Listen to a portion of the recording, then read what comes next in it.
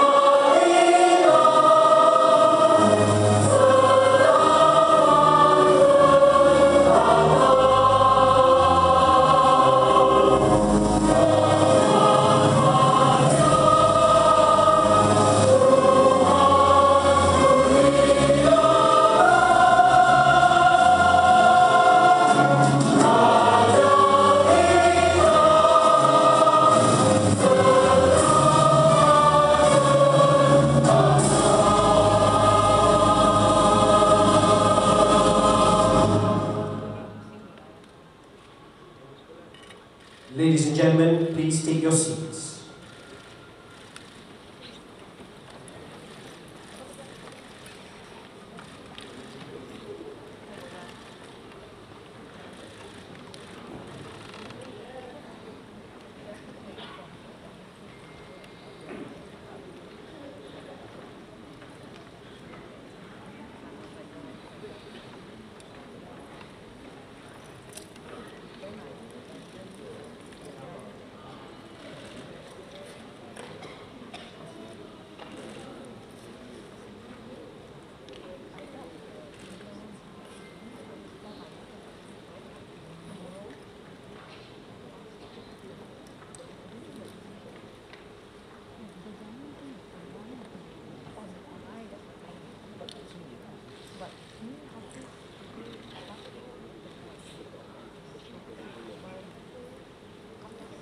We now invite Mr. Muhammad Dini Shazwan Abdul Shukur, Senior Assistant Registrar, to lead the Dua recitation.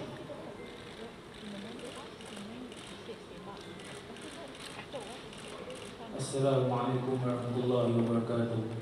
Let us begin our prayers with the recitation of Surah Al-Fatiha.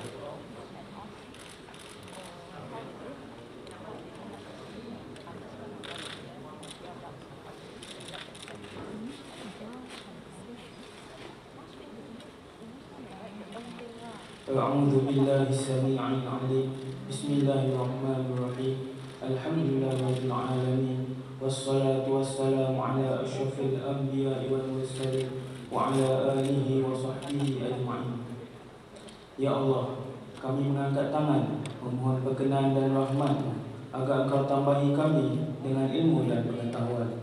Engkau angkatlah darjat badan kehakiman dan perundangan hingga ini sebagai institusi yang disegani, diyakini, lagi dihormati.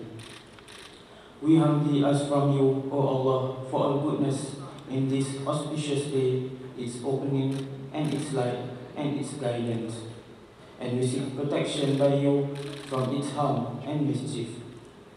O Allah, make our gathering today a blessed one, and our disperse thereafter with your forgiveness.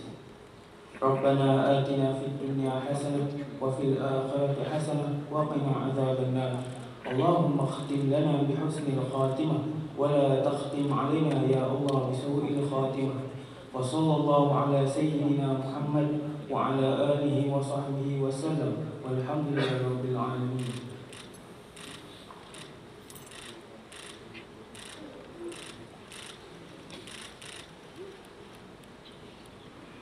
Thank you, Mr. Dini Shazwan.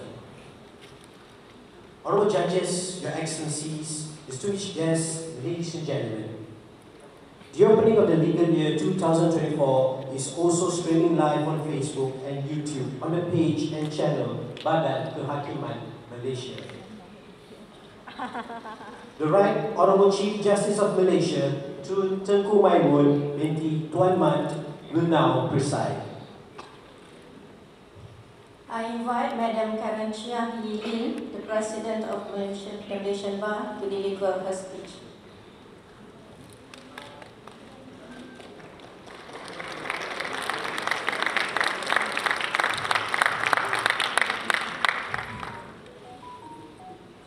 Yang Amat Arif Tun Tengku Maimun binti Tuan Mat, Ketua Hakim Negara. Yang Amat Arif Tan Sri Dato' Ahmad Abang Iskandar bin Abang Hashim, Presiden Mahkamah Rayuan. Yang Amat Arif Tan Sri Datuk Muhammad Zabidin bin Muhammadiyah, Hakim Besar Melaya. Yang Amat Arif Tan Sri Datuk Abdul Rahman bin Sabri, Hakim Besar Sabah dan Sarawak. Yang berbahagia Datuk Ahmad Teriuddin Muhammad Saleh, Peguam Negara Malaysia. Yang Arif Hakim-Hakim dan Pesuruhjaya Kehakiman, ahli-ahli dari Perkhidmatan Kehakiman dan Perundangan, para peguam dari Semenanjung Malaysia, Sabah dan Sarawak, tuan-tuan dan puan-puan yang dihormati. Yang Amat Arif, sepanjang suku terakhir tahun 2023, khususnya pada bulan Oktober hingga ke bulan Disember, kepentingan bahasa Melayu di Malaysia sebagai identiti kebangsaan telah pun dipertegaskan oleh Kerajaan Malaysia dan menjadi tumpuan perbincangan hal-hal kewarganegaraan di Dewan Parlimen. Badan Peguam Malaysia turut menghargai nilai bahasa Melayu kerana ianya dijamin di bawah Perlembagaan Persekutuan dan Akta Bahasa Kebangsaan 1967. Justru itu, Badan Peguam Malaysia bersama dengan Dewan Bahasa dan Pustaka dan Universiti Kebangsaan Malaysia telah pun berjaya menganjurkan pertandingan berbalas pantun undang-undang berperingkat kebangsaan pada 3 hingga 5 hari bulan November 2023 dengan objektif untuk memperkasa dan mempertingkatkan tahap bahasa kebangsaan Malaysia. Meskipun penggunaan bahasa Melayu adalah penting untuk pengamal undang-undang di Malaysia, namun sebagai bahasa perantaraan antarabangsa demi manfaat para hadirin yang datang dari negara-negara asing pada pagi ini, saya dengan rendah diri memohon izin Yang Amat Arif untuk meneruskan ucapan saya dalam bahasa Inggeris. Much obliged, my lady. I am honoured and privileged to address your ladyship and this esteemed assembly on the occasion of the opening of the legal year 2024. It is my distinct pleasure to do so on behalf of the Malaysian Bar, the Advocates Association of Sarawak, and the Sabah Law Society. My esteemed colleagues Gurveer Singh Sandhu and Muhammad Nazim Madwarin are in attendance, serving as presidents of the Advocates Association of Sarawak and the Sabah Law Society, respectively. I am equally delighted to acknowledge the presence of the Speaker of the House of Representatives, the Honourable Minister in the Prime Minister's Department in charge of Law and Institutional Reforms, the Right Honourable Shari Chief Judge, the Honourable Deputy Inspector General of Police, esteemed members of the judiciary representing various foreign jurisdictions, and distinguished members of the diplomatic corps. Also in attendance this morning are our esteemed colleagues from foreign bars, law societies and law associations, and my lady, please allow me the privilege of introducing them. Ms. Lisa Sen, President of the Law Society of Singapore, Mr. C.M. Chan, Mr. Sham Divan, President of Law Asia, Mr. Peter D. Maynard, KC, President of the Commonwealth Lawyers Association, Mr. On Hong Jeng, Vice President of the Law Society of Brunei Darussalam, Isaac Chan, Council Member of the Hong Kong Bar Association, Mr. Hung Xie, Chairman of the International Affairs Committee of the Taiwan Bar Association, Mr. Tran Tuan Hong, Chairman of the International Relations Committee of the Vietnam Bar Federation, Mr. Siva Kumar Kanagasabai, Jurisdictional Council Member for Malaysia of the Inter-Pacific Bar Association, Mr. Nitin Thakur, President of the Bombay Bar Association. The Malaysian Bar expresses our utmost appreciation for your presence this morning. My lady, permit me to address some of the events in the preceding year and the aspirations of the Malaysian Bar in facing these events moving forward. And I choose to focus a significant part of this morning's speech circling around the issue of law reform and the strengthening of institutions. At the dawn of 2024, I'm pleased to report the progress and inroads made on the key law reforms that took place in the past year and will reflect on some of the reforms that have not taken place despite strong views put in place by the Malaysian Bar. Firstly, in 2023, Malaysia abolished the mandatory death penalty via the Abolition of Mandatory Death Penalty Act of 2023, the Criminal Procedure Code Amendment Act of 2023, the Penal Code Amendment Act of 2023, and the revision of sentence of death and imprisonment for natural life, temporary jurisdiction of the Federal Court Act of 2023. This was seen as a progressive step towards aligning with international human rights norms and growing global opposition to capital punishment. The Abolition of Mandatory Death Penalty Act of 2023 now eliminates the mandatory death penalty for 12 offences, including drug trafficking, murder, treason, and terrorism. Additionally, the Act completely eliminates the death penalty for 7 offences, such as attempted murder and kidnapping. The practice of natural life imprisonment confining individuals until death is now replaced with prison terms ranging from 30 to 40 years. Despite these changes, the new legislation still retains the death sentence for the drug trafficking under the Dangerous Drugs Act of 1952, which remains the most common cause of death row convictions.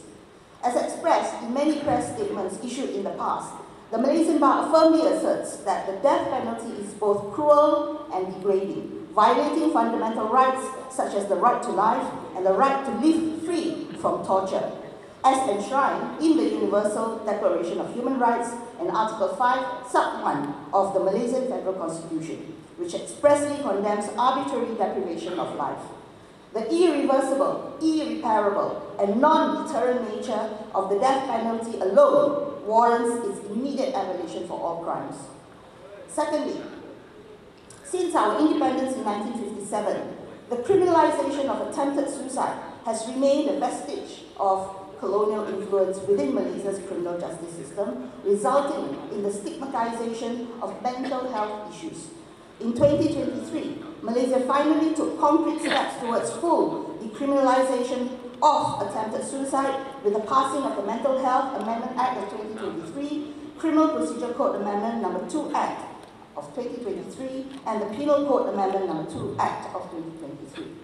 Decriminalizing suicide marks a pivotal stride in prioritizing mental health and well-being, shifting our approach from punitive measures to empathy and understanding for those grappling with mental health challenges.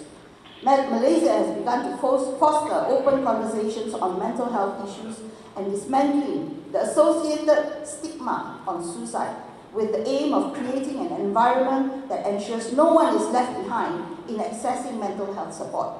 Decriminalizing suicide is progressive, wise, and a humanistic approach on the part of our lawmakers. The third progressive law reform pertains to the criminalization of stalking, which saw its first case being heard in court on 9th of August 2023. And then, on the 15th of December 2023, just recently, my lady, a pre-Merdeka law that punishes men who entice married women was unanimously ruled by the federal court that Section 498 of the Penal Code is unconstitutional, as it unlawfully discriminates on the ground of gender and thereby violating Article 8, Sub 2 of the Federal Constitution. These are developments and reforms which the Malaysian Bar applauds wholeheartedly. Moving on to ongoing law reforms, the Malaysian Bar has welcomed the government's commitment and efforts in looking into the separation of the Attorney General's offices to divide the role of the Attorney General and that of the Public Prosecutor. In November 2023, on invitation by the Parliamentary Special Select Committee on Human Rights, Elections and Institutional Reform, or the PSSC, the Malaysian Bar provided a briefing to the PSSC and submitted a written response in connection with the separation proposal. It is our hope that this reform materializes this year, the sooner the better, especially seen in the light of applications for discharge not amounting to acquittal in public interest cases. The Malaysian Bar further notes that amendments to the Communications and Multimedia Act of 1998 are being proposed, and the Malaysian Bar has recently submitted a comprehensive paper to Malaysian Communications and Multimedia Commission, providing its views premised upon the fundamental rights enshrined in the Federal Constitution, supported by cases in Malaysia as well as in other jurisdictions. There is much to work on, and we hope the Malaysian Bar will be given the platform to further present its views. And in connection to this, we also reiterate our call that the Sedition Act of 1948, the Printing Presses and Publications Act of 1984, and Sections 233 of the Communications and Multimedia Act of 1998 be repealed for encroaching into fundamental liberties of citizens of Malaysia. My lady, the Malaysian Bar welcomes these progressive law reforms that have taken place over the past year, and recognizes that throughout the past year, many consultations were conducted by the government on various areas of law and institutional reform, all of which took the form of briefing sessions, workshops, dialogues, call for responses, and submissions in table formats, all of which, again, the Malaysian Bar took pains to participate. While these consultations are good starting points and should be continued, equal emphasis ought to be placed on meaningful dialogue, resulting in mutual outcome, where consultation process is not a mere tokenistic exercise of public engagement. A meaningful consultation encompasses more than just a 1-hour briefing session and a rushed collation of superficial responses. Engagement sessions must involve several evocative discourse, with points raised by stakeholders being taken seriously and incorporated into the proposed policy and or legislation, unless there are proper justifications why those points should not be incorporated. With so many more other major law reforms in the pipeline, the Malaysian Bar hopes for significant improvements in the consultation process prior to the passing of these laws. My lady, law is shaped not by the privileged few, but by the collective of ordinary citizens in the society that it governs. In support of my call for improvement and meaningful engagements in relation to law reforms, I will highlight 3 points. First, with reference to the much celebrated Human Rights Commission of Malaysia Amendment Act of 2023, which was passed last year in November, the Malaysian Bar observes that efforts should have been made to shield Suhakam from direct or indirect influence by the executive. The foundational international principles guiding the establishment of Suhakam explicitly emphasize its independence from the government and the necessity to avoid financial control that may compromise its autonomy. However, upon reviewing Sections 7 and 8 of the 2023 Act, it becomes apparent that the Prime Minister is vested with the authority to appoint members of an investigation tribunal and determine the allowances for members of the Sohakam Investigation Tribunal and Commission, which was established under Section 11A of the Human Rights Commission of Malaysia Act of 1999. If these comments appear to be an exercise of the Malaysian Bar to find a cloud behind the silver lining, I make no apology for it. Our concerns have been raised on multiple occasions in the past during a briefing session and focus group discussion. The most recent communication regarding this matter was conveyed in our correspondence to the Law and Institutional Reform Minister, Deputy Minister, as well as Sohakam on the 25th of October 2023, where the Malaysian Bar submitted a full-length memorandum on this point, as well as a whole host of other improvements to the Sohakam Act. These missed opportunities for proper reforms to strengthen the Sohakam institution could have been prevented if an effective consultation process was conducted and serious considerations were given to the views provided by stakeholders.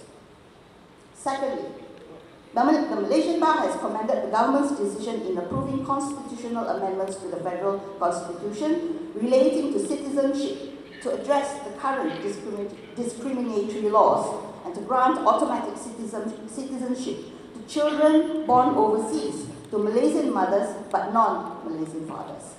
However, we have objected to further proposed amendments which would alarmingly have the effect of removing existing constitutional protection for some categories of stateless children, leaving them without any constitutional safeguards, thus aggravating the stateless issue in Malaysia. The proposed amendments to Part 3 of the Federal Constitution on citizenship matters, which includes entirely removing Sections 1E and Section 2, Sub 3 of the Second Schedule, provisions which fundamentally protect persons from becoming stateless. Additionally, other causes for concern from the proposed amendment include removing the right of foundlings, including abandoned children, to citizenship by operation of law. The Malaysian Bar is deeply concerned with these proposed amendments that lack justification and empirical data.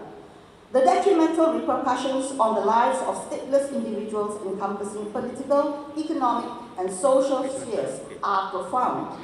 Denial of fundamental rights such as formal education, healthcare, official employment, and access to justice exacerbates their vulnerability. These disadvantages mark them for potential abuse and mistreatment, yet rendering them susceptible to becoming victims of social ills. Despite immense pushback from multiple stakeholders at various platforms, we note that the government appears to assert their course of action. The Malaysian Bar has conveyed its grave concerns through various correspondence to the Minister of Home Affairs on several occasions last year, and we continue to urge that these proposed amendments be halted. Ultimately, in carrying out our duties in the law reform process, we must be guided by the rule of law and fundamental human rights, not the retention of power. This incident underscores the need for a true and public and transparent consultation with the relevant stakeholders during such law reform process. As for my third point, Melody, beyond providing a platform for diverse perspectives and input, the consultation process also serves as a powerful means for the government to effectively communicate its intentions and purposes to relevant stakeholders. Often overlooked, this facet of the consultation process fosters transparency and understanding between the government and the public, creating a symbiotic relationship built on trust and informed decision-making.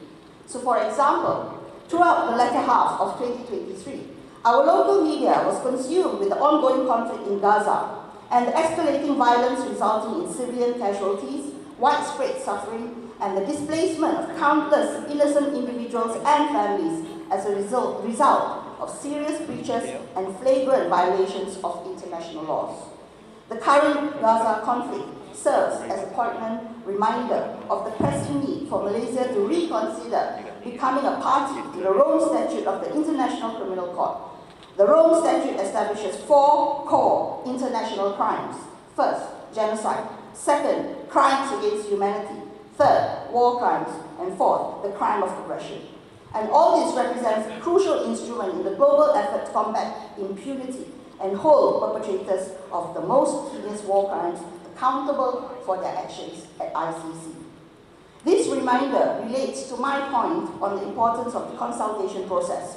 As we may recall, in 2019, Malaysia had signed the Rome Statute but made a U-turn when, with all due respect, misguided concerns were raised that Malaysia's accession would jeopardize the position of our Malay rulers.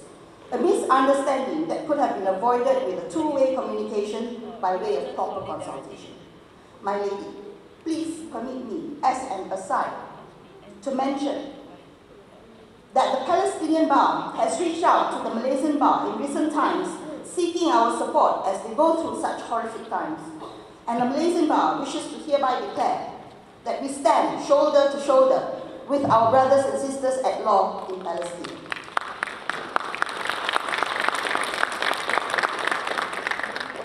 The Malaysian Bar condemns the atrocities of genocide and war crimes committed by Israel in Gaza and wholly support the legal proceedings commenced by South Africa at the International Court of Justice. The Malaysian Bar stands ready to render all assistance at ICJ proceedings by way of intervention even if necessary, so that no country can use genocide as a defense and an excuse to commit war crimes. As the Malaysian Bar remains committed in constructively engaging with government and relevant stakeholders for law reform initiatives, my lady, allow me to highlight some of our efforts in the past year.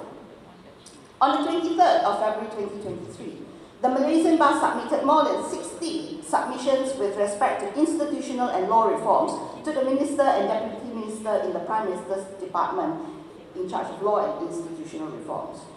In the interest of time, given that we had prepared 8 volumes of submissions which are publicly available on the Malaysian Bar website, I will briefly highlight 2 submissions that we made. First, our case for the repeal of ouster clauses. The Malaysian Bar takes the position that ouster clauses violate the principle of the separation of powers by restricting the judiciary from exercising its crucial role in checking and balancing decisions made by the executive and legislature. Essentially, due to these ouster clauses, decisions from administrative bodies become immune to judicial review. Such clauses are incompatible with the principles of the rule of law and democracy, as they undermine the essential requirement of accountability for administrators and decision makers. In our submission, the Malaysian Bar highlighted a total of 46 statutes in Malaysia which contain ouster clauses. Following the federal court cases of Nivesh Nair Anak Lelaki Mohan against Dato' Abdul Razak bin Musa, Pengerusi Lembaga Pencegahan Jenayah, and Dinesh Anak Lelaki Tanafil against Lembaga Pencegahan Jenayah, where ouster clauses were declared to be unconstitutional in 2023, and the federal court in the case of Haris Fadilah bin Muhammad Ibrahim against Tan Sri Dato' Sri Haji Azam bin Baki reasoned as follows, and I quote, my lady. An ouster clause is a self-imposed legislative immunity against judicial scrutiny.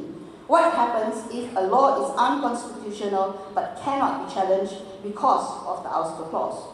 Surely, the ouster clause must yield to the supremacy of the federal constitution and not the other way around. And what then if a law or a legal provision, ouster clause or otherwise, is void? Surely, there is a forum to address this. The answer lies in Part 9 of the Federal Constitution and Article 121, Sub 1 of the Federal Constitution, wherein they collectively repose the judicial power of the Federation in the superior courts. This is how powers or mechanisms are determined to exist by inferring them from design and taking them to their natural conclusion. This is all derived from context, unquote. This brings me to the second submission I hope to highlight. Amendments to the Article 121 Sub 1 of the Federal Constitution. While amendments are designed to refine the law, unfortunately, what resulted from the Constitution Amendment Act of 1988 is the belief or misconception by some quarters that the courts are powerless to address issues and do justice wherever there is a lacuna in the law, as the courts are confined to merely interpreting and implementing acts of parliament without being able to make and develop common law. Due to such misconceptions, We have cases such as Sivarasa Rasya against Badan Peguam Malaysia, which relied on the celebrated Indian case of Keshavananda Bharati against State of Kerala to adopt the basic structure doctrine into our local jurisprudence. It is therefore the Malaysian Bar's position that the critical language of the provision under Article 121 sub 1, that is, the judicial power of the Federation shall be vested in the superior courts or judiciary, should be reinstated so as to obviate such misconceptions from recurring again. And in our submission, we had relied on the exemplary jurisdictions such as India, Canada, New Zealand, and Australia. My lady, please permit me to turn to the issue of public interest litigation. The advocacy of public interest litigation can effectively benefit a section of the community or the community as a whole. It is meant to raise awareness of good governance and among the public. Whether such public interest litigation succeed is immaterial. Given the widespread attention that public interest litigation typically attracts, its impact on public perception is ample to underscore the significance of good governance. This serves as a check and balance against executive actions in Malaysia. The role of public interest litigation becomes especially pivotal in judicial review proceedings. This is because confining access to judicial review solely based on personal interests could significantly weaken the court's jurisdictions to oversee administrative authorities. And therefore, the engagement of public interest litigation in judicial review processes plays a crucial role in upholding the rule of law. Despite the boundless benefits of meritorious public interest litigation to society at large, hostility towards these cases in the area of costs remains in 2023, as seen in the Court of Appeal's decision in Faryazat and Co. and another against Pengarah Pendaftaran Negara Wilayah Persekutuan Kuala Lumpur. The risk of having to pay an adverse cost order, and a prohibitive one at that, can have a chilling effect. Many cases are abandoned due to this risk, particularly when there is no monetary compensation involved. For brave litigants with little to lose or organizations with few assets, the risk of an adverse cost order may not be such an insurmountable obstacle. But for the ordinary Malaysians who have limited capacity to manage large and unexpected costs, this cost risk is particularly challenging. Penalizing parties on costs in public interest litigation is counterproductive for the strengthening of institutions and the betterment of nation building. Speaking of costs, my lady, I turn to the rising cost of living, and this pertains directly to income. I take this opportunity to highlight that during the 77th Annual General Meeting of the Malaysian Bar, held on the 18th of March 2023, the Malaysian Bar passed a resolution regarding the remuneration of judges and establishment of a Judges Remuneration Commission. Recognizing that there has been no revision to the salaries of judges since 2015, which is 9 years ago, we view the current state of affairs as unacceptable.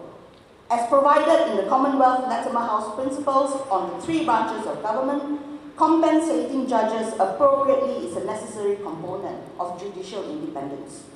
Accordingly, an independent commission to periodically assess judicial compensation stands as the most promising approach to realizing the sought-after goals of independence, objectivity, transparency, and consistency.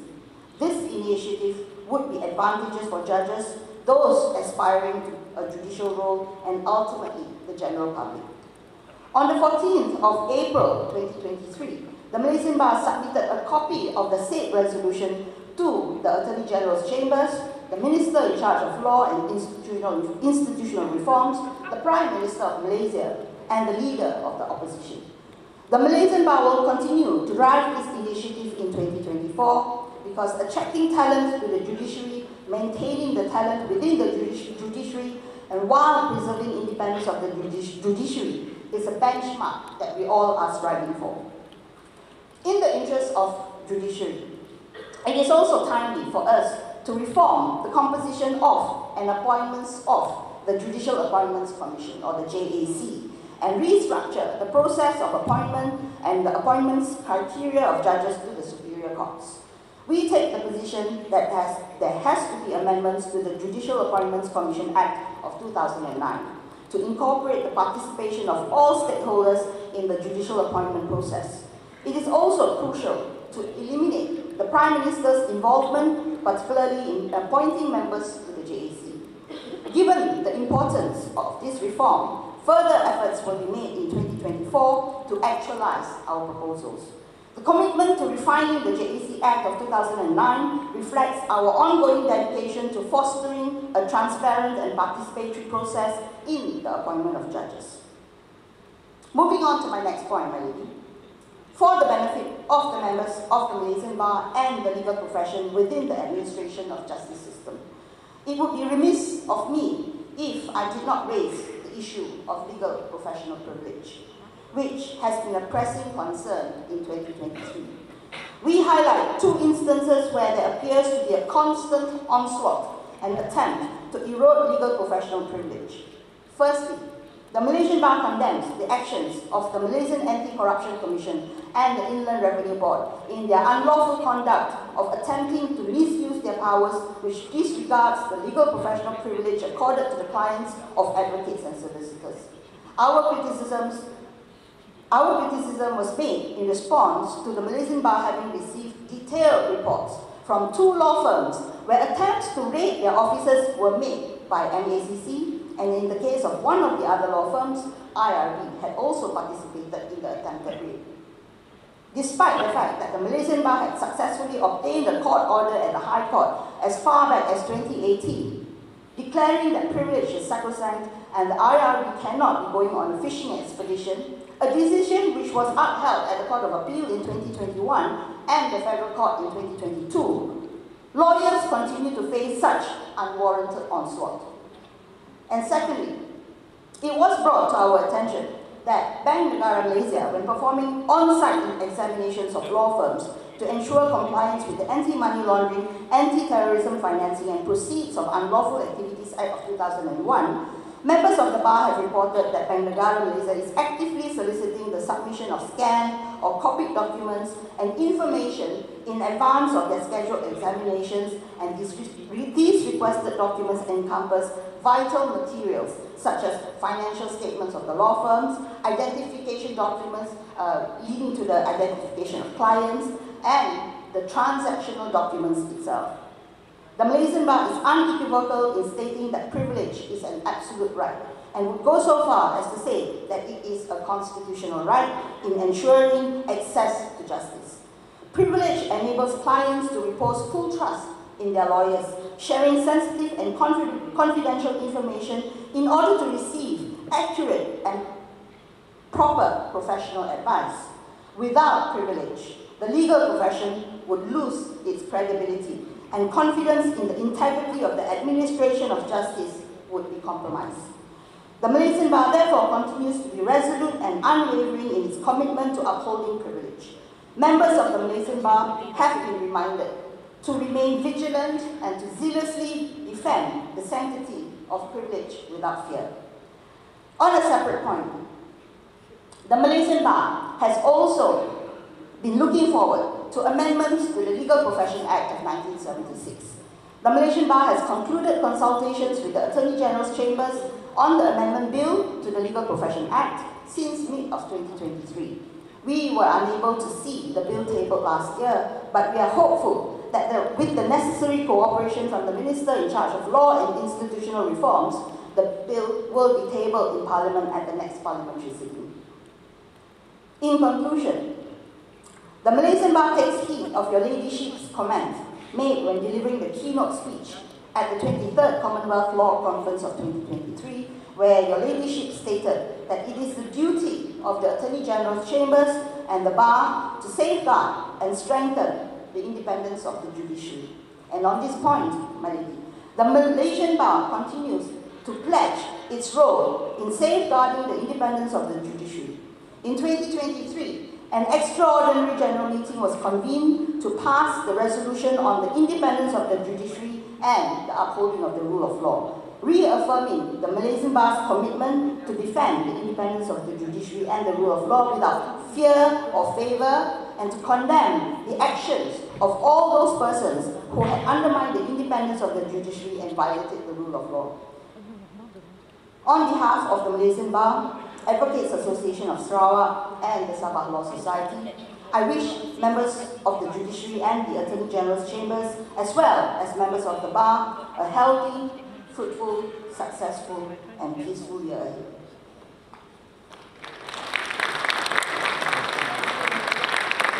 And now I invite the Honorable Dr. Ahmad Khairuddin bin Saleh, the Attorney General of Malaysia, to deliver his speech.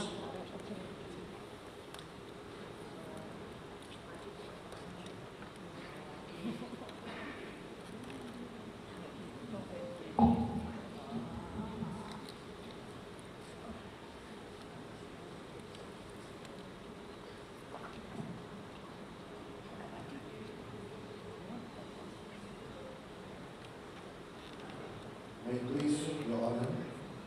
Yang Ma'arif Tun Dikumanun Tuan Mat, the Chief Justice of Malaysia, the Right Honourable, the Chief Justice of the Supreme Court of Singapore, the former Chief Justices of Malaysia, the Honourable Speaker of the House of Representatives, the Honourable YB Datuk Sri Adrina binti Osman Said, Mr. Flaw, National Reform, Yang Ma'arif Tan Sri Datuk Ahmad Abang Iskandar bin Abang Hashim, President Kalau Upil, Yang Ma'arif Tan Sri Datuk Muhammad Zabrin bin Muhammad Yah, Chief Judge of Malaya, Yang Ma'arif Tan Sri Datuk Sri Abdul Rahman bin Sibli, Chief Judge of Sabah and Sarawak, Judges of the Supreme Court and Judicial Commissioners, Honourable State Attorney General of Sabah, Honourable State Attorney General of Sarawak, President of the Malaysian Bar, President of the Sabah Law Society, President of the Advocate Association of Sarawak, fellow officers of the Judicial and Legal Service, Your Excellencies, distinguished guests, comrades of the legal fraternities, ladies and gentlemen. Yang Ma'arif, before I begin my speech, allow me to introduce each of the head of division in the Attorney General Chambers, known as ADC. Yang berbahagia, Datuk Amalina Syamila binti Datuk Dr. Johan, Sultan General.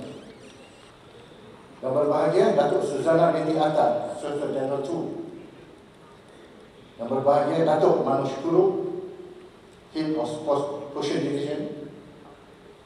Yang berbahagia, Datuk Lawrence Mazli binti Abdul Rahim, Head of Advisory Division. Yang berbahagia, Datuk Umar Saifuddin bin Jaafar, Head of Research Division. Yang berbahagia, Datuk A. Lee, Commissioner of Law, Nation and Reform. Yang berusaha, Tuan Donald Joseph Franklin, Head of Civil Division. Yang berbahagia, Datin Rosita Ramli, Parliamentary Draftsman. Yang berbahagia, Datuk Usuki bin Mukhtar, Head of Trial Division.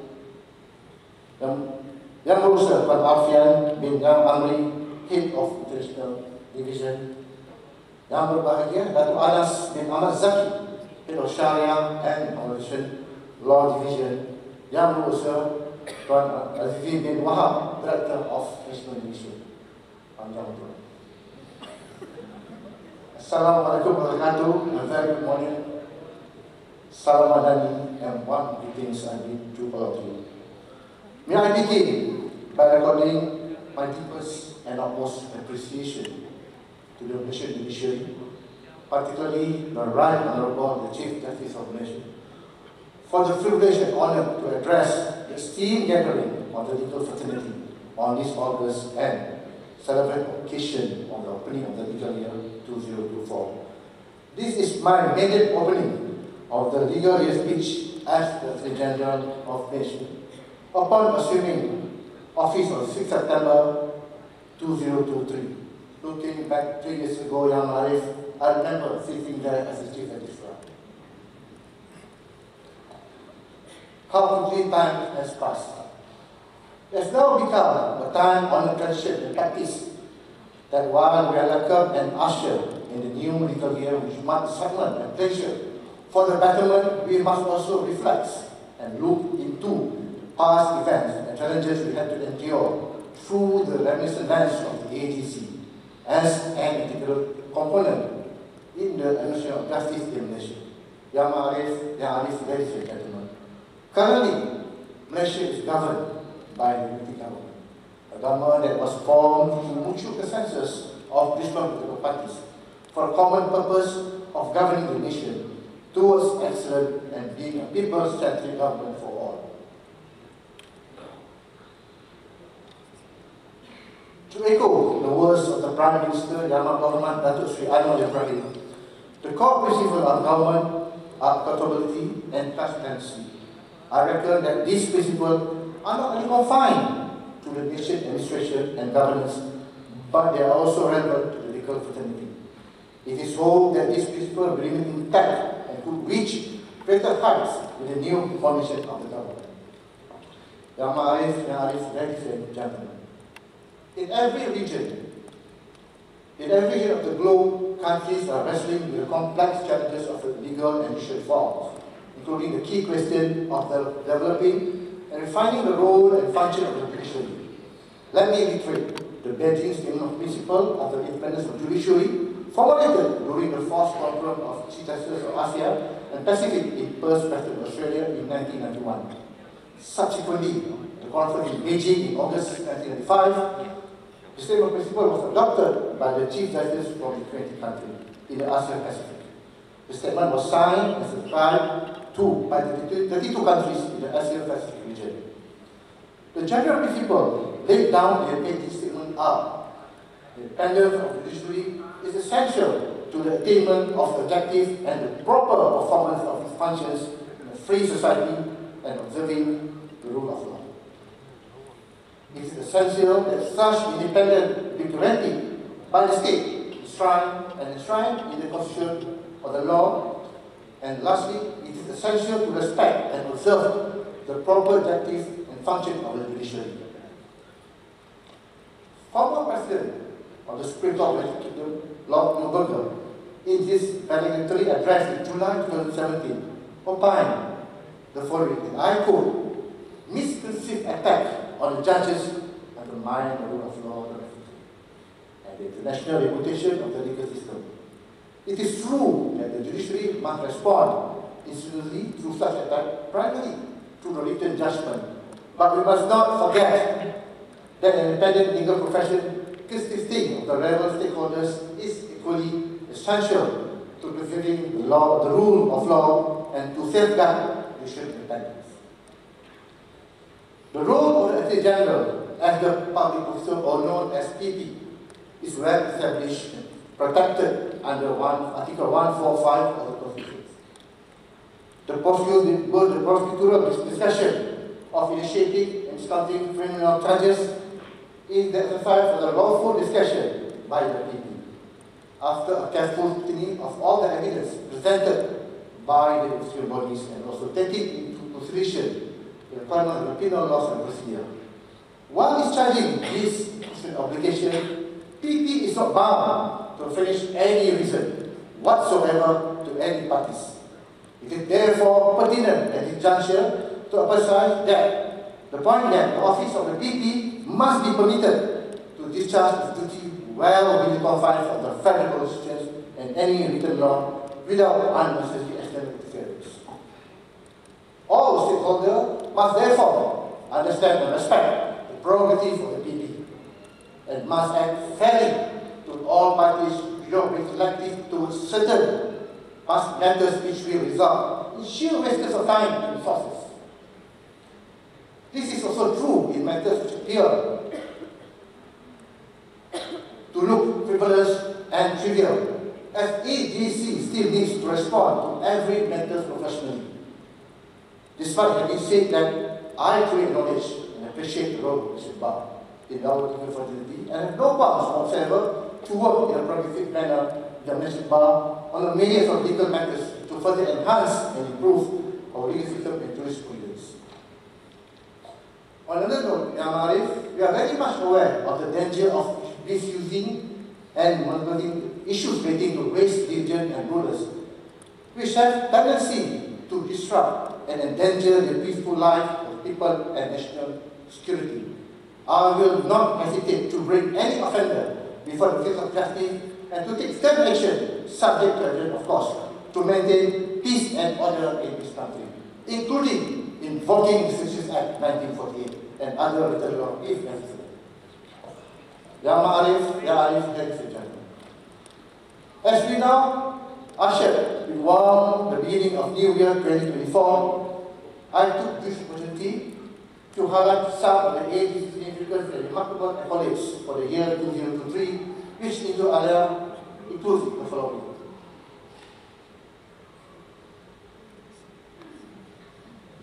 Firstly, the Malaysian decisive victory at the Paris Court and Lazimah Court again claims made by the 8 individuals pretending to be so-called Sultan of Sulu, Jamal Kiram descendant. It was a frivolous action and blatant abuse of habitual and international law process by holding sovereignty of Malaysia a ransom for an exorbitant sum of money.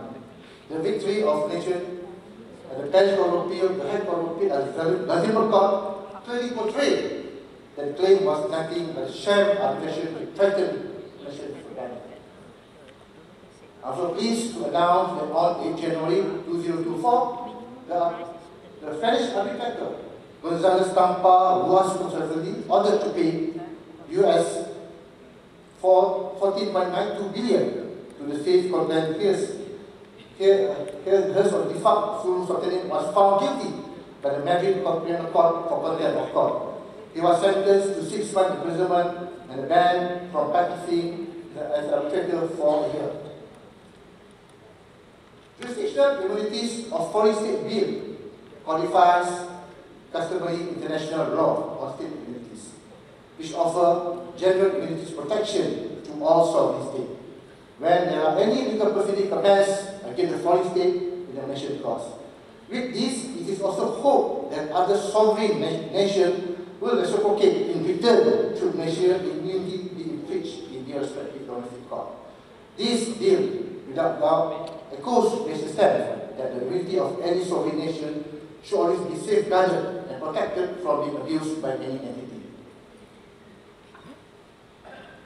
Secondly, the abolition of the mandatory death penalty 2023, which came into force on 4th July 2023, and the revision of sentences of death and imprisonment for naturalized temporary decision of the Federal Court Act 2023 on 12 September 2023, which brought to the fore the government commitments to protecting universal human rights and upholding the principle of restorative justice in the criminal justice system in Malaysia.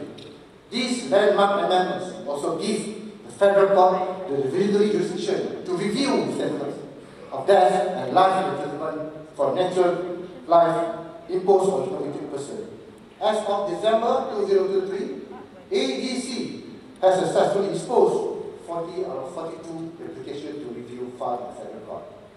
The current pace, the intended progress is expected to meet first trial in 2024 to meet disposal projection in the targeted phases within the timeline, and this, of course, without compromising the interest of justice.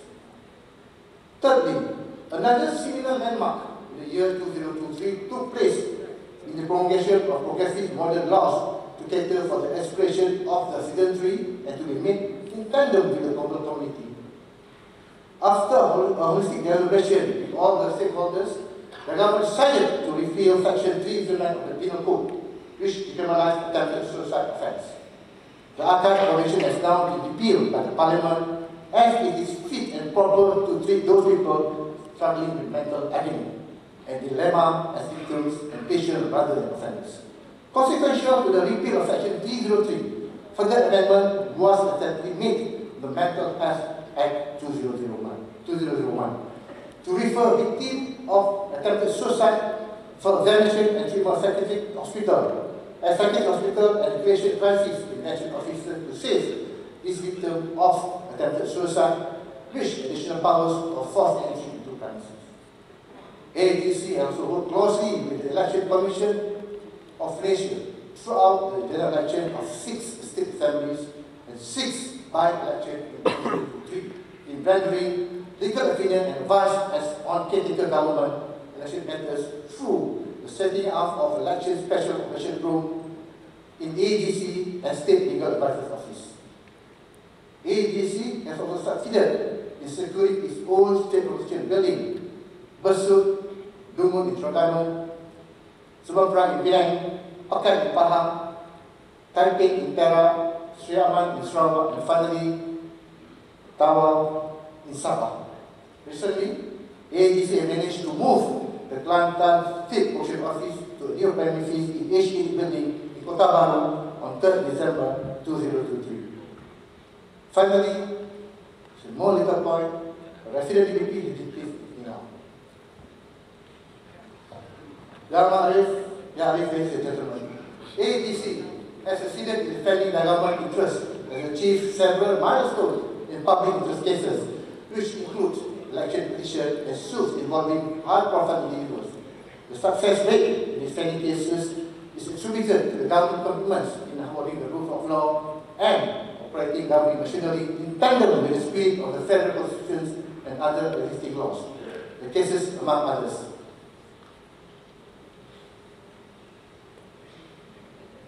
Peter Anthony against Ridwan bin Brudi, a landmark announcement by the Appellate Court in March 2023.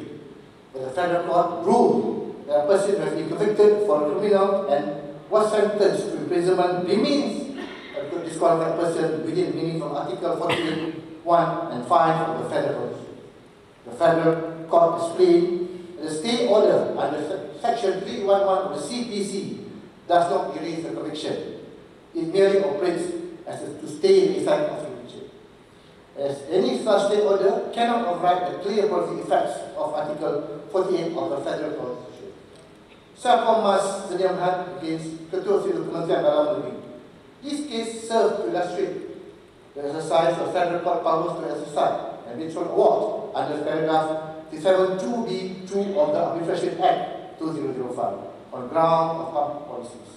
In this case, the federal court held that award sum about 144 million is a sum that shocked the conscience of the court, as it is arbitrarily conspicuous and whimsical. Calling the award as justified and exorbitant, the federal court provides a useful guideline as to the proper principle for the application of public policy as a ground to set aside an award. Kartini Farah binti Abdul Rahim against policy reformation. This case is an example which illustrates the two-step threshold test, which must be satisfied at this stage in any challenge against the general powers under Article 1453 of the Federal Constitution. AAGC has also successfully prosecuted and obtained a criminal conviction against the Pertubuhan Rumah Bonda Kuala Lumpur founder, Siti Maimun binti Ahmad Al-Razali, in the heart-wrenching child abuse case of Bella, the Institute of the Opera. She was sentenced to 22 years of imprisonment after being found guilty of abusing and neglecting Bella 2 years ago. Ya Arif, ladies and gentlemen. I would like to mention that the AGC has already played a pivotal role in ensuring the policy of government of the day is well translated into legislation in order to achieve the objectives intended. In tandem with this, numerous laws were enacted among the highlights as follows. A significant legislative accomplishment was notably the enactment of the Penal Code Amendment Act 2023 and Criminal Procedure Code Amendment Act 2023 to reduce the criminal of stalking and enabling the court to issue protection order against individuals under investigation or charged for stalking, thereby fortifying the safeguards for potential victims of stalking. The passing of the sexual offences against children, which came into force on 11 July 2023 and aims for better protection for children, whereby the terminology of child pornography is placed with international standard terms, which is child abuse material. At the same time, the Evidence of Child Witness Act Amendment 2023 was also passed to improve the procedure related to trial involving children witnesses. The law provides for special hearings to facilitate a child giving evidence and recorded, and also to prohibit any improper questions to child witnesses. In November last year, the government has agreed for the National Cyber Security Agency, NACSA, to draft the Cyber Security Bill to provide, among others, the regulatory powers in enforcement of cybersecurity. Cybersecurity plays a crucial role in protecting individuals and organizations and nations from growing threats in the digital world. It also provides the necessary legal foundation to mitigate cyber risk and ensure safety and stability in the digital world. In this regard, AGC plays an active involvement assisting NACSA on drafting of cyber media. Apart from these non-voting legislative moves, another 42 bills have been drafted and tabled, and 898 such legislation has been published in Gazette. These measures that have been undertaken were steps taken towards fostering a fairer and more just society. Yang Arif, ladies and gentlemen. AGC has always been central in the negotiation and concluding of commercial deals for the government. Among significant high-impact agreements are, first, bilateral agreement between the government of Malaysia and the government of Singapore on Johor Bahru, Singapore Rapid Transit Link RTS link. And second, development agreement on the housing project for 1 members, 1 SASA program. 1 member, 1 house program called SASA. It is noteworthy that in 2023, just like previous years, public-private partnership (PPP) project continue to be the main method of approach for the country development. AGC has continued to be actively involved in high-impact PPP projects encompassing development of public facilities and new highways, which inevitably will contribute to the nation's economic growth and development in years to come. AGC has played a crucial role in the negotiation and conclusion of bilateral as well as multilateral agreements, treaties between Malaysia and other foreign countries. The conclusion of the treaty between Malaysia and the Republic of Indonesia relating to the delimitation of the territorial sea of the two countries in the southernmost part of the Straits of Malacca, and the treaty between Malaysia and the Republic of Indonesia relating to the delimitation of the territorial seas of the two countries in the Sulawesi Sea is historic, as the treaty has been negotiated since year 2005, and AGC has been heavily involved in the negotiation and subsequent conclusion of those treaties. Currently, AGC is leading the negotiation of maritime boundary between Malaysia and Singapore, including the maritime area surrounding Batu Putih and Pos, in which both countries have agreed for 12 months expedited negotiation. On this front, I have been mandated to co-chair the joint Malaysia-Singapore Joint Technical Committee and Committee for Boundary Delimitation meeting with my counterpart, the AG of Singapore, while the joint subcommittee is co-chaired by the Solicitor General and her counterpart, the SG of Singapore. I would like to highlight a significant development involving Government of Malaysia in the recent arbitration initiated by the government sector. Under the arbitration rules of the London Court of International Arbitration, this proceedings stem from several points of agreement under a settlement agreement signed in 2020 between the Government of Malaysia, One National Development, Berhad, One NDB, and Goldman Sachs. One appear as a resolution to One NDB financial entanglement with Goldman Sachs has morphed into contentious arbitration. In October 2023, the government received an arbitration notice from Goldman Sachs, to which responded the following one. The arbitration proceedings are now in progress. As we are aware, this case is one of among many arising from the fallout of the One NDB saga, presenting complexities and sensitivities that instate effective coalition among the river stakeholders in defending national rights. This is obviously important for the nation, and I think in general is coordinating the action on behalf of the government with the International Council and Council for MDB. It is to be underlined the government is committed to achieving fair and just negotiated dispute.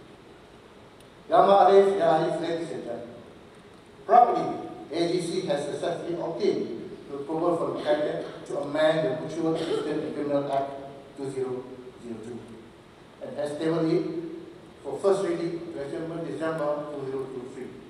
The proposed amendment was to improve the provision of Act 621 in providing mutual legal assistance in criminal matters.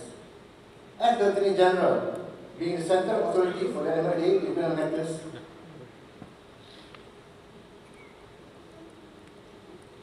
It is worth to mention here, throughout 2023, AEDC has received 96 M&A requests from several countries, among others Poland, Vietnam, and the States of Brunei.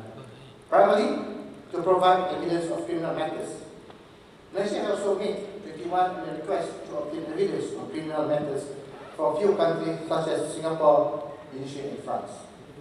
AEDC has also successfully involved in the working visit and signing of the M&A treaty between Malaysia and Uzbekistan, headed by the then Secretary General in Tashkent, Uzbekistan in June 2003. We have also conducted the first round of negotiations for bilateral strategic treaty between Malaysia and Algeria in July 2003, a series of negotiations of the ASEAN strategic treaty in March, June, September, and December 2003. Ladies and gentlemen. Apart from that, AGC was also involved in various different policy-making committees, namely with regards to human rights and international convention matters. AGC participated in the Human Rights Council session every year, participated in the 61 annual session of ASEAN African Legal Policy Council, ELCO, in Bali, Indonesia, attend the senior officer of Commonwealth Law Minister every 2 years, participated in the session of International Labour Conference and mentioned free trade economic partnership agreement (MIPA) both held in Geneva, Switzerland.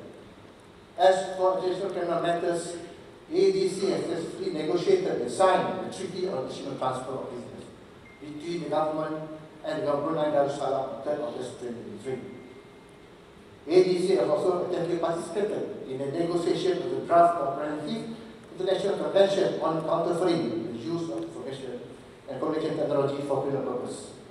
The Special Council on the implementation of National Agreement 1963 in subcommittees, where ADC is involved in various negotiations and consultations conducted between the federal government and state government.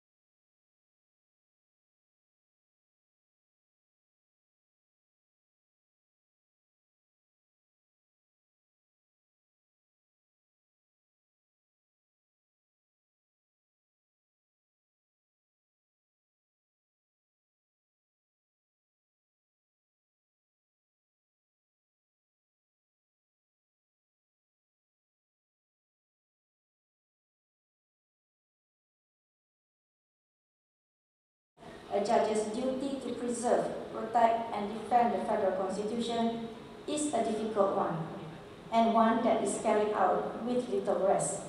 At all times, all judges, even retired judges, remain under the duty to preserve the integrity and image of the judiciary, and those still in service must continue to hear cases impartially, independently, and without an inch of fear or favor. Prior to my appointment as Chief Justice, the judiciary had been mired in a negative perception that as an institution, we had lost our independence or that our independence was significantly eroded. These heinous connotations owe their existence in large part to the judicial crisis of 1988, a blemish in our history and from which the bruises and scars still remain. More recently, I must share with you that people have been coming up to me from all walks of life to tell me that, in their view, the judiciary has redeemed itself as an independent institution, both in substance and in perception. If this is truly the perception of the public and legal profession, then to that I can only say, Alhamdulillah, praise be to Allah.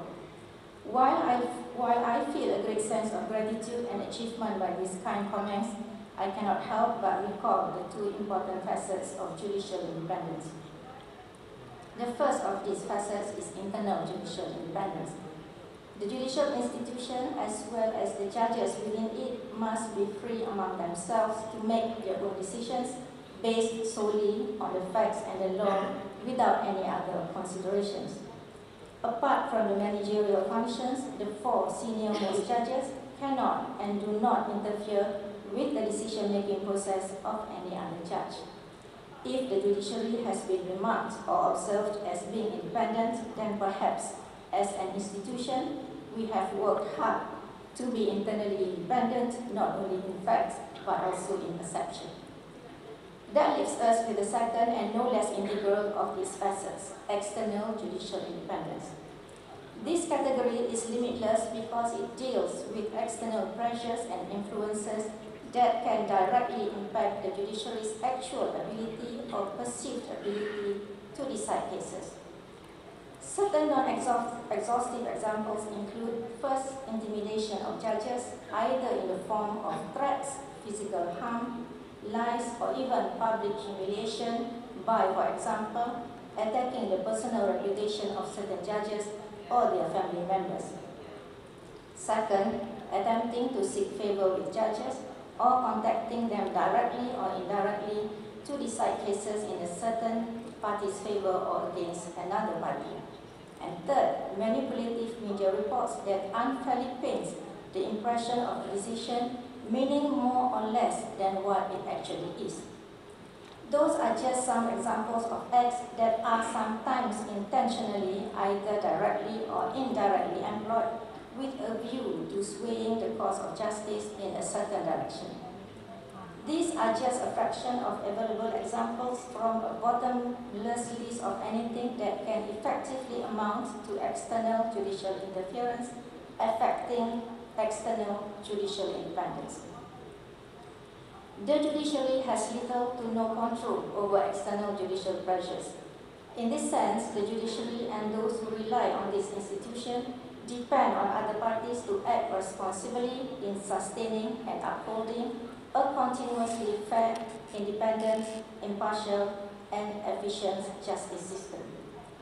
Be it internal or external judicial independence, they are both inextricably intertwined with the notion of public confidence in the judiciary, and perhaps I can now move on to state my observations on that.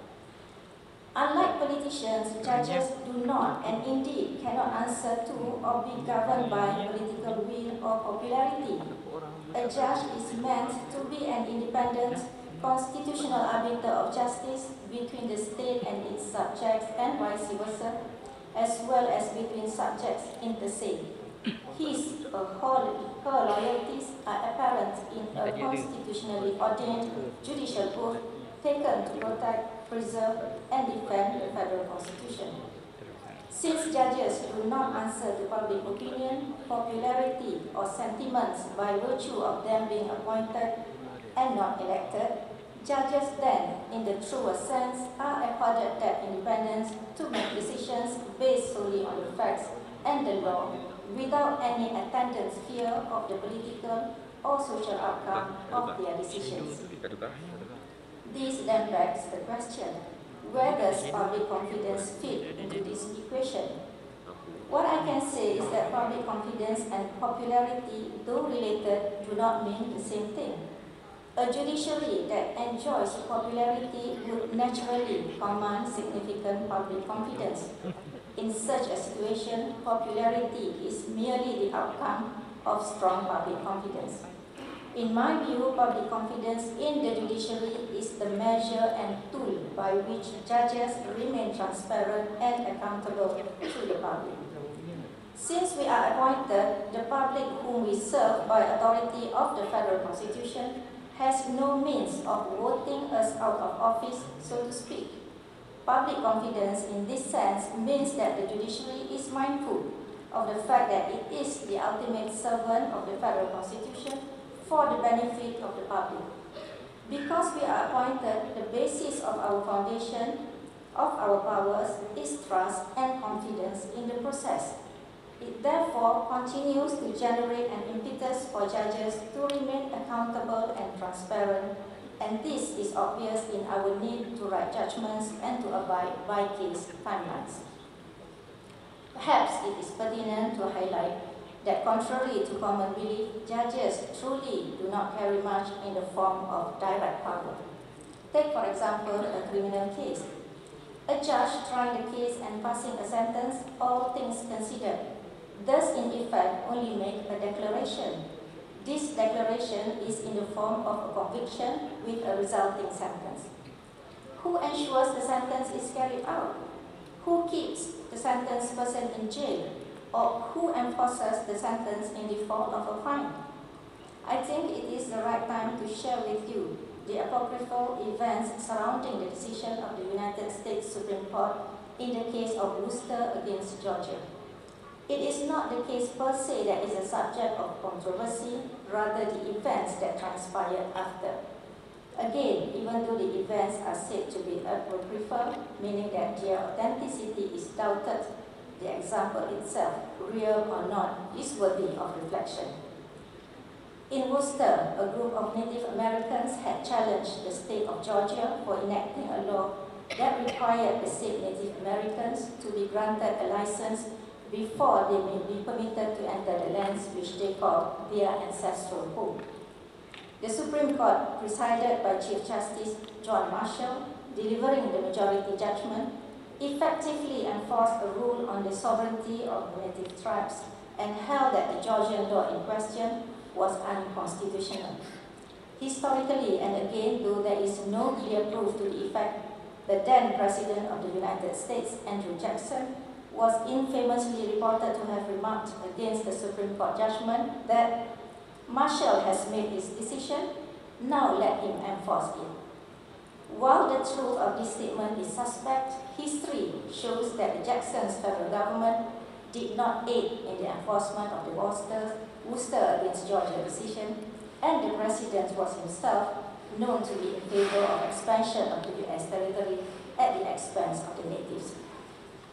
In fact, the Cherokees were eventually forcibly removed from the ancestral lands, leading to the unfortunate incident known as the Trail of Tears, which resulted in thousands of tragic deaths. The unfortunate historical episode that I just described, in my view, exemplifies the notion that courts are both powerful and powerless at the same time. In the absence of people who can support and carry through judicial decisions, a mere declaration of liability or guilt in itself carries little to no weight. When we put this into perspective, we will come to appreciate that public confidence in the judiciary is meant more for the institution than for its individual judges, though the implication of a lack of confidence can also adversely affect a judge's independence in making a decision, being human beings, for fear of reprisals or in extreme cases, unjust removal. When we consider the occurrence of the 1988 judicial crisis and how the then judiciary was treated with such impunity, the harrowing fears that such events may reoccur haunts to some extent the hall of justice till today. When a message is sent that the judicial decision is worth even lesser than the paper it is printed on, it gives the state subject a reason to denounce the validity of judicial decisions. In such a situation, the rule of law, public order, the respect for authority, all enter into a state of chaos.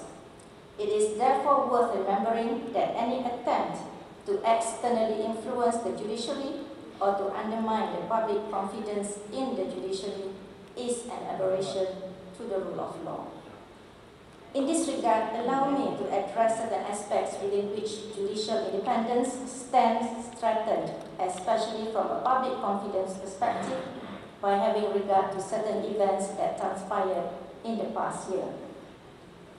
In commenting on threats to the judiciary, I must first acknowledge that free speech is central to democracy. Genuine comments and criticism act as positive pressure on elected officials to perform, spur the growth of political will, and motivates judges to remain apprised of recent legal developments as well as to keep updated on practical knowledge on various fields. What remains unacceptable in a democracy as the antithesis of free speech are concepts such as hate speech, uneducated propaganda, and fake news. Comments and criticisms must be based on some facts and not on lies or ignorance. In the best case, uneducated comments reflect sheer ignorance, and in the worst case, they reflect malice.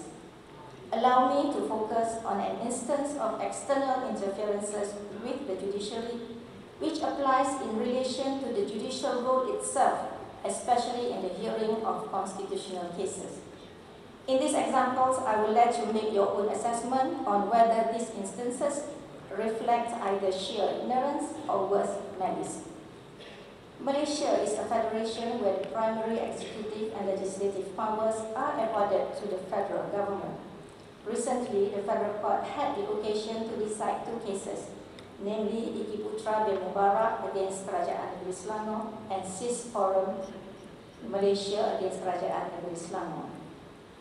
Without commenting on the substance of the two cases I just cited, they dealt essentially with the question of whether the legislature of the state of Selangor was empowered to pass certain legislation. This is a kind of challenge that is expressly envisioned and catered for by our federal constitution. Unfortunately, these two cases were made out by some parties to be more than what they actually were. These cases had nothing to do with the fact of the pure religion of Islam. They merely sought to re-emphasize the clear demarcation of powers between the Federation and the states. The legislation in question had purported to accord certain powers to the state that were not supported by the state list, and the two cases would have been decided using the same principles if the state legislation in question had dealt with any other matters not affecting the administration of the religion of Islam or the Sharia courts. The comments by certain irresponsible parties are targeted at painting the picture that the judiciary has an agenda or motives to eradicate Islam in this country or an agenda to remove the Islamic legal system in Malaysia. Apart from manipulating these cases for their own gain, what these parties fail to mention is that by clearly interpreting the federal constitution and defining the powers of parliaments and the state legislatures, the federal court ensures the continuous and steady application of Islamic law in the states because it guarantees that even parliament cannot erode it. The comments in relation to the Ikuti and CIS Forum decisions are far and wide. In some part, these comments unjustifiably question the personal faith of certain judges or even their motivation for deciding as such. In other aspects, such comments incite hatred and ill will among the public against the judiciary or the fear of perceived distorted outcome of such decisions. In certain other aspects, large crowds are mobilized and their presence is used to intimidate the judges. The examples indicate how the judicial independence is eroded and how public confidence in the judiciary is impaired. There is another example which relates to how the judiciary is unjustifiably painted as the villain for the actions or inactions of another body in the justice system. In particular, in the recent past, including last year, the public prosecutor made the decision to withdraw criminal charges against certain high-profile individuals. These decisions were not particularly received well by the public, but a large part of the blame was put on the judiciary for making the only available consequential orders upon the withdrawal of such charges. Under Article 145, Clause 3 of the Federal Constitution, the Attorney General, who is also the public prosecutor, has the discretion to institute, conduct, or discontinue any proceeding for an offence other than before a Syariah court. When the public prosecutor decides to withdraw charges, the courts only have one of two very limited consequential options. Depending on the facts, these two options are either granting an order of discharge not amounting to acquittal, popularly called DNAA, or a discharge amounting to an acquittal, which can be called a DAA. The courts cannot turn around and insist to the public prosecutor that the charge remain. Each of them, the judiciary and the public prosecutor, have their own constitutionally demarcated constitutional functions, and both must be adjudged fairly for the exercise of their powers to the exclusion of the other. And yet, when a charge is withdrawn, the judge making the only available consequential orders is painted as corrupt, sometimes as incompetent, or sometimes both. What the public fails to understand is that the person responsible for that decision is the public prosecutor and not the courts. It is often the courts that are chastised for such decisions, and this erodes public confidence in the judicial system. Having stated these examples, we must ask, how can we ensure the continued protection and integrity of the justice system and preserve public confidence in our judicial institution? Beginning with internal judicial independence, it is my view that the judge must continue to hear cases without fear or favor and without any motivations, hope of reward, or any bias. In particular, I would like to remind myself, as well as my sister and brother judges, about the crucial significance of stare decisis, or the doctrine of judicial precedent. Courts lower in the judicial hierarchy must remember to abide by precedents set by higher courts. The federal court, being the apex court, must continue to remember that it cannot depart too easily from precedent, especially so if a previously decided authority is questioned not so long after it was decided. The federal court cannot afford to be inconsistent, as that interferes with the public who organizes their affairs upon legal clarity and certainty. In this regard, the individual opinion of a judge, so to speak, is irrelevant on account of stare decisis. Even if a judge or court believes a decision of the higher court to be wrong, he is under an obligation to abide by it. It would be for the parties to bring that case to the higher court to argue in favor of departing from the previously established precedent if the circumstances so warrant it. Certain concepts have recently been well settled into our law. One of these concepts is the doctrine of the constitutional supremacy in Article 4, Clause 1, which stipulates that certain features of the Federal Constitution are incapable of being destroyed even by constitutional amendment. While judges are free to express their differing opinions on what those integral features are based on the cases that come up before them, I think it is not open for judges to dispute the existence of the concept itself. In this regard, stare decisis must not only be observed by judges but by all officers of the court. This includes advocates from the bar and the public service. In recent times, from my own observation in court, I have noticed a trend from a minority of both such advocates who cite cases without acknowledging that those cases or principles that they have cited have been expressly overruled. Other times, these advocates advance untenable propositions that stem from a selective, dishonest, or warped reading of earlier cases. These violations happen in all sorts of cases, but they are particularly glaring when they happen in constitutional cases. In any event, when it does happen, it throws judges off, as certain propositions appear more convincing than they should be because they are articulated selectively, yet disingenuously.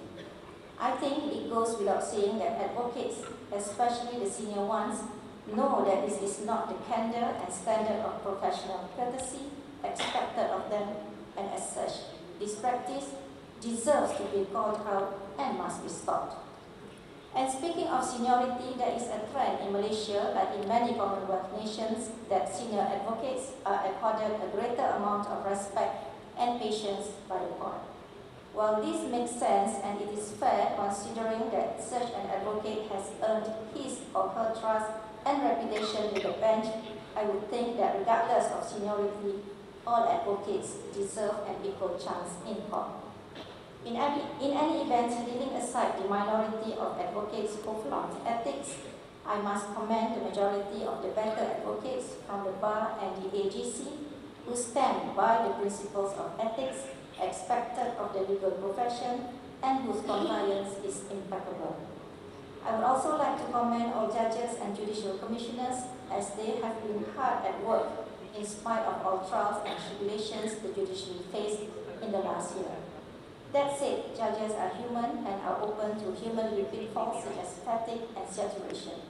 For these reasons, we routinely rotate our judges so that those hearing civil cases swap to the criminal courts and so on. The judiciary also carries out routine training and refresher courses so that our judges remain updated on recent and emerging trends. In this regard, the judiciary would like to especially thank the Minister in the Prime Minister's Department, Law and Institutional Reform, Datuk Sri Azalina Osman Said, for her unrelenting support for the long-pending establishment of the Judicial Academy. This academy crucially provides pivotal training to superior court justices, thus enhancing the overall caliber of our judiciary. In terms of judicial work, one important area that bears mention is the commercial courts. In a time where our economy is on the downturn, the commercial courts have been working hard to ensure that commercial disputes are resolved quickly but fairly. The importance of commercial courts cannot be understated because these courts, along with the overall impression of an independent judiciary, boost investor confidence and trust in the Malaysian judiciary. In that respect, a large bulk of our commercial litigation, including construction law, is centered in Putrajaya.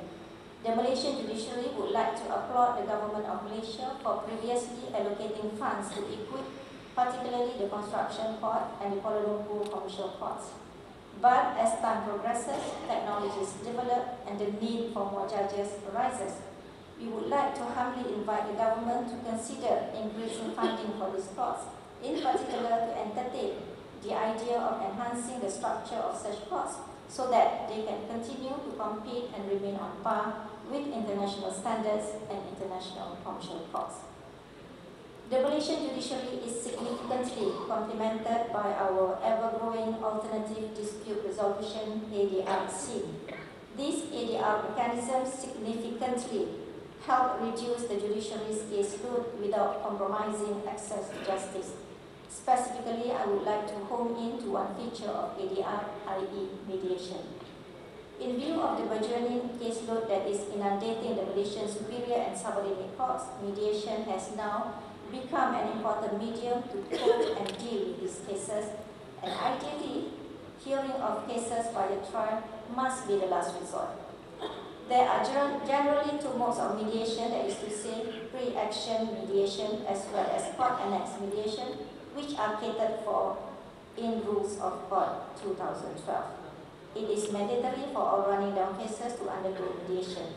The necessity of other cases to undergo mediation is at the discretion of the judge, depending on his or her views on the suitability thereof.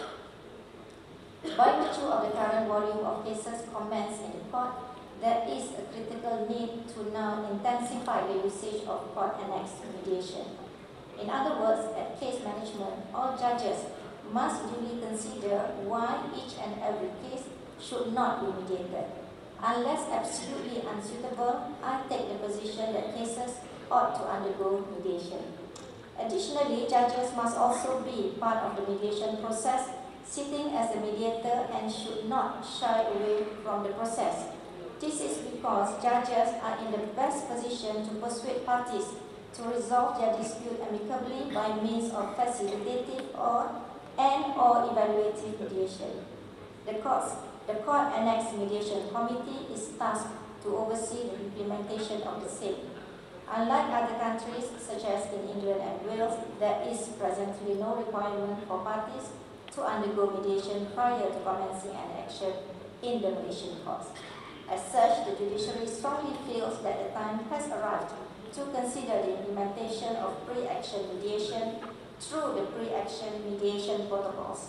Towards this end, the Court-Annexed Mediation Committee is further tasked to study and revert on the same soon as possible. This should include requisite proposals on amendment to the relevant statute and or rules. In this vein, I would also like to congratulate the Malaysian Bar for establishing the Malaysian International Mediation Center, MIMC, which will be launched later this afternoon. This effort signifies the Bar's commitment to mediation and ADR and has the Malaysian judiciary's full support. On the topic of internal judicial independence, competency and efficiency, I would like to sincerely believe that the judiciary is doing its level best to ensure that the high standards expected of us are maintained. That leaves us with external judicial independence. Going by the examples I have set earlier, the number of things the judiciary can do in the face of attacks is limited. In this regard, and as has been stated on innumerable number of times before, the other actors in the justice system play a crucial role. The Bar Council has of late been very supportive of the judiciary, and the Bar has also played an important role as amicus curiae in many important cases that were argued last year. We hope that the Bar can continue to maintain such level of support. The Attorney General's Chambers, or AGC, has also been a friend to the Malaysian judiciary. In particular, the present Attorney General, Dato' Ahmad Tariruddin bin Muhammad Saleh, was not too long ago Chief Registrar of the Federal Court. He has, as Attorney General, played a very integral role as a bridge between the judiciary and the executive by ensuring that certain fundamental matters, such as legal development and budgeting issues, are brought to the ears of the executive. The judiciary remains ever thankful to the Honourable Attorney General and the AGC under his able leadership. Having said that, we can understand that unlike the Malaysian Bar, at times the AGC cannot always come out so strongly in support of the Malaysian judiciary. The reasons for this, as we can acknowledge, are twofold. The first reason is that the Attorney General is the principal advisor to the Yang Pertuan Agong, the Cabinet and all its ministers. Where there is a constitutional crisis or constitutional issue, the AG and the AGC will find themselves in a very precarious position of having to defend the government and advise on the outcome of judicial decisions, while at the same time defending the judicial institution. It is a daunting task that is easier said than done for anyone who stands in the shoes of the AG. Secondly, the AGC very often represents the very litigants against which the Malaysian judiciary acts as a check and balance. Sometimes the AG, being the public prosecutor, is also directly the litigant in court. Nonetheless, I think there is a delicate balance that can be maintained. The AGC can continue to carry out its functions to preserve the integrity of the judiciary and the overall justice system by taking appropriate penal measures against those who unfairly attack the justice system. For instance, as the guardian of public interest, the AG is arguably the only legal person in the country who can initiate contempt proceedings against a person if he makes scurrilous comments attacking the judiciary in respect of decided or presently argued cases. Apart from that, everyone, including the bar, the AGC, politicians, members of government and the general public, must make every effort to remain informed. Our grounds of judgment are available for public scrutiny and everyone is welcome to make fair comment on them. No person should be allowed to use the judiciary and the justice system as leverage for their political or non-political attempts. Recently, the Right Honourable the Prime Minister of Malaysia, Datuk Seri Anwar Ibrahim, is reported to have reminded politicians not to politicize the issue of the constitutional challenge proceedings and in effect not to turn the case into something more than what it was. This reminder by the Prime Minister to politicians is welcome, and we hope that all persons, politicians and activists can follow this line of thinking. The judiciary expresses its gratitude to the Prime Minister for making this statement as it effectively serves as a call to respect the independence and integrity of the courts. From the standpoint of the judges, all members of the public alike must learn to draw the line between legitimate criticism of judicial decisions on the one side and on the other side engaging in acts or indulging in words that harm the integrity of the judicial institution on the whole. There will always be amongst us the more recalcitrant persons whose nature is to cause trouble. In respect of these very few people, it is the judiciary's hope that all actors involved in the justice system can take the necessary legal action as well as work to educate the public. This hope extends not only in relation to the bar and the AGC, but to all sectors of our public, including enforcement bodies, activists and religious institutions. To conclude, I would state that as an institution, the judiciary shall continue to do its best to protect, preserve and defend the Federal Constitution and adjudicate cases fairly in accordance with justice without fear or favour. We hope never to flinch in the face of adversity and all the brickbats thrown at us. The judiciary shall remain open to working with all institutions that share these goals of enhancing access to justice and the rule of law. And in this regard, we would like to acknowledge all the local and foreign bodies and institutions that engaged with the judiciary in the last year towards improving legal understanding and competence, both at the judicial level specifically and the general level. I would like to end by thanking each and every judge, judicial commissioner, as well as judicial officers who have continued to work hard in the last year. This expression of gratitude also extends equally to all our support staff, including our IT technicians, court clerks, secretaries, security personnel, librarians, assistant registrars, commissioners for oath, cleaners, and everyone else I might have unwittingly missed. Each and everyone plays an important role. With that, I wish each and every one of you a very happy New Year. Thank you.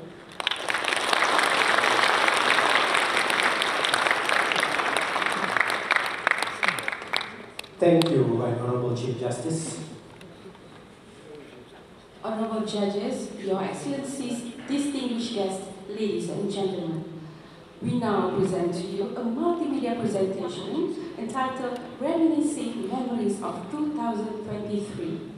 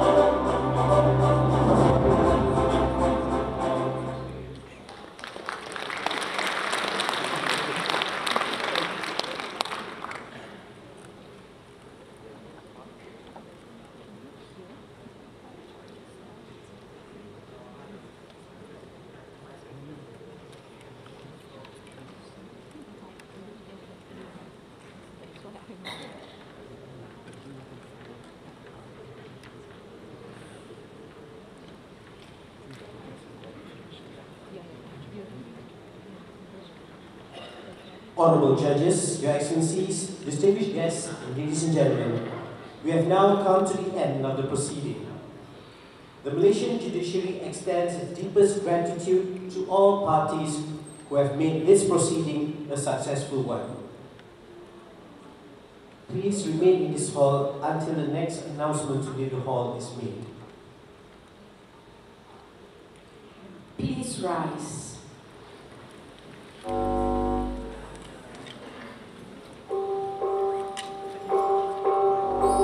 Announcing the departure of the Right Honourable Chief Justice of Malaysia, the Right Honourable President of the Court of Appeal, the Right Honourable Chief Judge of Malaya, the Right Honourable Chief Judge of Sabah and Sarawak, and the Honourable Judges of the Federal Court.